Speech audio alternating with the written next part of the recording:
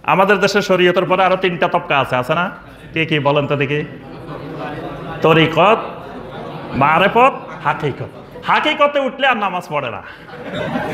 হাকিকতে উঠলে মানে চরম বেয়াদব হয়ে যায়, চরম ইবলিস হয়ে যায়, সে আর নামাজ পড়ে না। তাকে জিজ্ঞাসা করলে, ভাই আপনি নামাজ পড়েন না কেন? আল্লাহর ওলি হয়েছেন।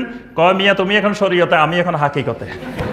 সে এখন কোথায় উঠে গেছে? হাকিকতে উঠে গেছে। তার এখন নাকি নামাজ লাগে না। আমি একদিন একজনকে সরাসরি জিজ্ঞাসা করছি, নামাজ পড়ে না, এই লম্বা লম্বা নখ, এই লম্বা লম্বা চুল, দুনিয়ার খবিস, শরীরের থেকে দুর্গন্ধ বাইরে হইতেছে, বস্তা গায়ে দিয়েছে, ল্যাংটা হয়ে থাকে, মানে দুনিয়ার শরীয়তের কোনো বিধিবিধান কিচ্ছু নাই। আমি জিজ্ঞাসা করলাম, আপনি আল্লাহর ওলি হলেন কিভাবে? আপনার তো নবী সাল্লাল্লাহু আলাইহি ওয়াসাল্লামের সুন্নতের কিচ্ছু নাই, শরীয়তের কিচ্ছু নাই। কয় মিয়া তুমি আছো শরীয়তের মধ্যে, আমি হাকিকতের মধ্যে। তা আমি বললাম, শোনো, আল্লাহ রসুল সাল্লাল্লাহু আলাইহি ওয়াসাল্লাম এরকম, তুমি যে হাকিকতে পড়ছো এই হাকিকতে আল্লাহ রসুল পৌঁছান নাই। কারণ আল্লাহ রসুল সাল্লাল্লাহু আলাইহি ওয়াসাল্লাম ওফাতের পূর্ব মুহূর্ত পর্যন্ত সালাত আদায় করছেন, হাঁটতে পারতেছেন না, কাঁধে বড় করে মসজিদে গেছেন, সালাত বাদ দেন নাই, দ্বীনের কোনো বিধিবিধান লঙ্ঘন করেন নাই। নবী সাল্লাল্লাহু আলাইহি ওয়াসাল্লাম পুরাপুরি শরীয়তের উপরে ছিলেন এবং উম্মতকে শরীয়তের ইত্তেবার নির্দেশনা দিয়ে গেছেন। সুতরাং তুমি যে তবকায় পড়ছো এখানে এটা নবী সাল্লাল্লাহু আলাইহি ওয়াসাল্লামের তবকা না, এটা শয়তানের তবকা, এটা হাকিকাতুশ শয়তান। এটাকে পূর্বেকার সালাফেরা নাম দিয়েছেন তালবিসে ইবলিস। এটা ইমাম ইবনুল কাইয়্যিম রাহিমাহুল্লাহ একটা বইয়ে লিখছেন, তালবিসে ইবলিস। ইবলিসের ধোঁকাবাজি, ইবলিসের প্রতারণা। ইবলিস এত দুষ্ট, সে কি করে? কবরে ঢুকে যায়। মানে আপনি রাস্তা দিয়ে যাইতেছেন না, ইবলিস কবরে ঢুকে কবর থেকে কয়, আসসালামু আলাইকুম হুজুর, কেমন আছেন? কবরের ভিতর থেকে কয়। তো হুজুর কও, আল্লাহু আকবার, দেখো আমার দরজা কদর উপর উঠে গেছে, কবরের মরা লোক আমার সাথে কথা কয়। এটা শাইখুল ইসলাম ইমাম ইবনে তাইমিয়া রাহিমাহুল্লাহ লিখছেন যে কবরে যাইও শয়তান ওখানে কবরস্থানে ঢুকি আপনার সাথে কথা বলতে পারে। আপনি মনে করবেন দেখো আমার কারামত আস্তে আস্তে প্রকাশ পাইতেছে, আমি আস্তে আস্তে বিরাট উপরে উঠতেছি, আসলে আপনি শয়তান হইতেছেন। এইভাবে শয়তান খেলা করে। আপনি রাস্তা দিয়ে হাঁটতেছেন, পিছন থেকে, এই অমুক, কি অবস্থা তোমার, তুমি তো অনেক উপরের দরজায় পৌঁছে গেছ। বাস আপনি মনে করছেন কারামত প্রকাশ পাইতেছে, আল্লাহ মনে ডাক দিছে, আসলে ইবলিস ডাক দিছে।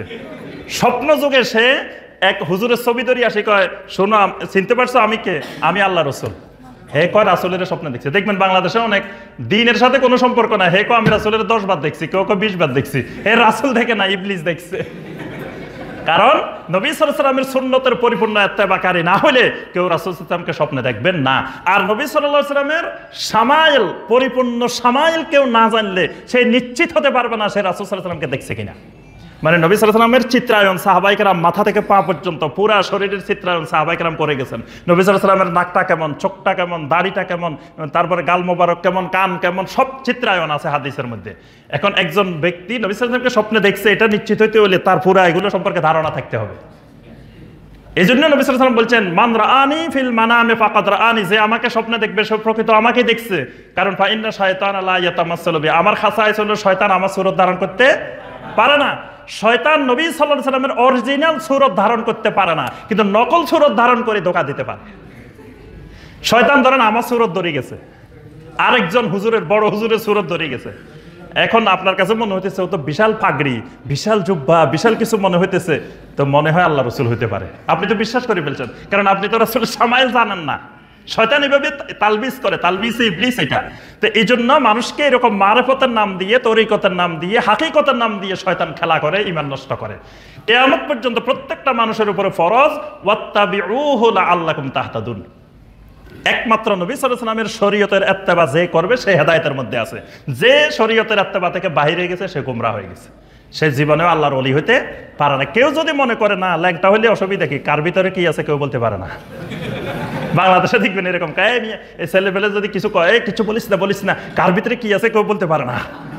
এই ল্যাংটা হইলে কি, শরীয়ত না থাকলে কি এর ভিতরে অনেক কিছু থাকতে পারে। এটাই ঈমান হারানোর কারণ, এটা ঈমান ভঙ্গের কারণ।